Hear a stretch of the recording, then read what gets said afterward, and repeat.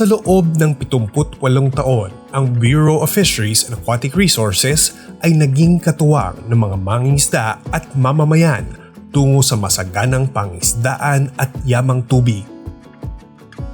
Ngunit ang kalidad ng ating serbisyo ay nagsisimula hindi lamang sa dagat, kundi sa loob mismo ng ating opisina, laboratorio, at mga pasilidad. Isa sa mga haligi ng maayos na serbisyo ay ang 5S, isang sistemang hango sa disiplina ng mga Hapones.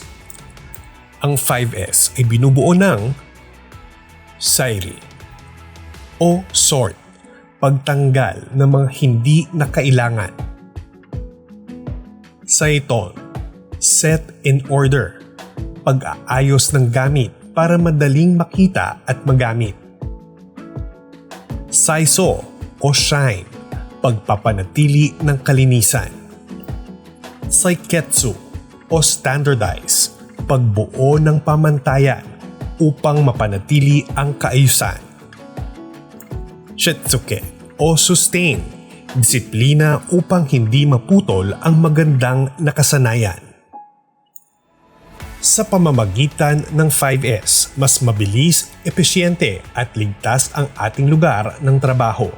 Ang malinis na mesa, organisadong file at maayos na laboratorio ay sumasalamin sa respeto natin sa ating tungkulin at sa taong ating pinaglilingkuran. Dahil dito, inulunsad ng BFAR ang pagkilala sa kanyang mga kawani na pumapanday ng disiplina, kalinisan at kaayusan para sa mas mahusay na paglilingkod sa mangingisda at mamamayan sa pamamagitan ng 5S competition. Importante talaga yung 5S sa practice natin ng pag-deliver ng excellent service sa client. Kasi kung ikaw ay 5S compliant ka, unang-una, lahat sorted ang iyong mga papers na in-actionan or for action. Everything should be set in order. And malinis, yung principle ng yung sinasabing shine in the 5S, shine, standardize, and sustain. So yun yung mga prinsipyo na sinusunod ng isang winner sa 5S.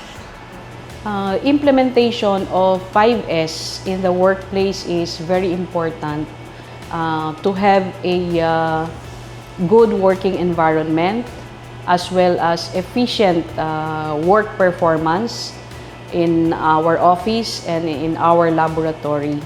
And this could also contribute to the performance and also providing the services needed by our clients. And we are open for any recommendations, suggestions by our client for continuous improvement of what we are implementing right now to serve the stakeholders. Meron kaming categorization, meron kaming large, medium, and small. For the large category, ang aming National Fisheries Laboratory Division. And for the medium category, we have the Adjudication Committee. And for the small, the winner is the R2, yung anti-red tape unit.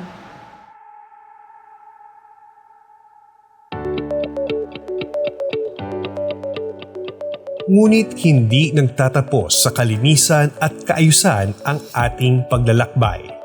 Upang masiguro ang tuloy-tuloy na kalidad ng serbisyo, ipinapatupad ng BFAR ang Quality Management System o QMS. Ang QMS ang nagsisilbing blueprint ng ating operasyon. Dito nakalatag ang malinaw na proseso para sa mga serbisyo tulad ng permits, certifications at monitoring. Nakasalalay dito ang ating accountability at transparency na bawat serbisyo ay may standard at sinusukat ang resulta. At higit sa lahat, ang QMS ay nakatuon sa satisfaction ng ating stakeholders, mga mangingisda, industry partners at publiko. Sa pamamagitan ng QMS, masisiguro na ang bawat opisina ng BFAR ay iisa ang direksyon, consistent, reliable, at mataas ang kalidad ng serbisyo. Kasi meron tayo mga partnership with oversight bodies or agency na we are being checked on the client satisfaction, how satisfied our client when it comes to delivering our services. So as an oversight committee, we have the Civil Service Commission and also the Ombudsman and also the Commission on Audit. And the most critical action partner is the Civil Service Commission. So meron tayong, we are always checked and yung sa 888 and then the feed 888 yun sa yun yung mga ahensya na from time to time if there is a client na unsatisfied, then we receive a feedback from our partner agencies. And aside from that feedback, we also use that type of mechanism wherein we allow our client to send feedback through, meron kaming client survey form. So we really measure how satisfied our client is as part of our quality management system also. Importante yon kasi ang gobyerno, tayo ay nandito para to support our customers. And in our laboratory, we support the stakeholders, ang ating mga farmers, ang mga exporters, pagdating po sa mga laboratory analysis na kanilang kailangan para sa kanilang aquaculture production, sa pangangailangan din ng pag-export ng ating mga fish and fishery products. Kaya ang BIFAR is continuously improving its system, its capability, updating our equipments to be able to comply kung ano yung pong mga nire-require ng standard, inire-require din po ng ating mga trading partners. Bilang pagpapatunay sa ating commitment sa kalidad, ang BIFAR ay nagsusumikap at nakapagtamo ng ISO 9001 of 2015 certification. Ano ang ibig sabihin nito? Ang ating mga proseso ay nakahanay sa pandaigdigang pamantayan. Kinilala na ang BIFAR ay may sistema ng kalidad na sumusunod sa world-class benchmarks. The 5S, as I have mentioned, is integrated in our system. As a laboratory, the facility must be cleaned, organized, maintained, and we also use some laboratory reagents that are always available at hand and kept accordingly. We are working in an environment that must minimize contamination.